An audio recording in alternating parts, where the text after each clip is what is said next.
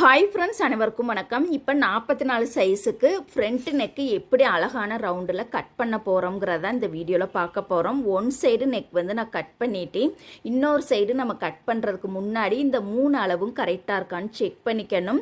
Belt பட்டியோட உயரம் கரெக்டாக இருக்குது. பட்டன் பட்டி சைடு வரக்கூடிய அந்த 3வது டாட்டும் நேருக்கு நேராக கரெக்டாக இருக்குது. உயரமும் நம்மளுக்கு கரெக்டாக இருக்குது. இப்போ ஒன் சைடு வந்து அழகான ரவுண்டு போட்டு நம்ம கட் பண்ண போகிறோம்.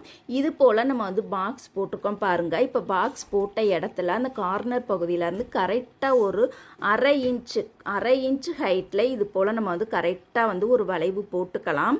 இப்போ இந்த பகுதியை பாருங்கள், அழகாக நீட்டாக நம்ம கட் பண்ணி எடுத்துக்கலாம். இந்த மாதிரி தான் இருக்கணும். இப்போ 44 சைஸுக்கு கழுத்து அகலம் 2.5 இன்ச்சு கட் பண்ணியிருக்கோம். தச்சதுக்கப்புறம் நம்மளுக்கு 2.25 கிடச்சிடும்.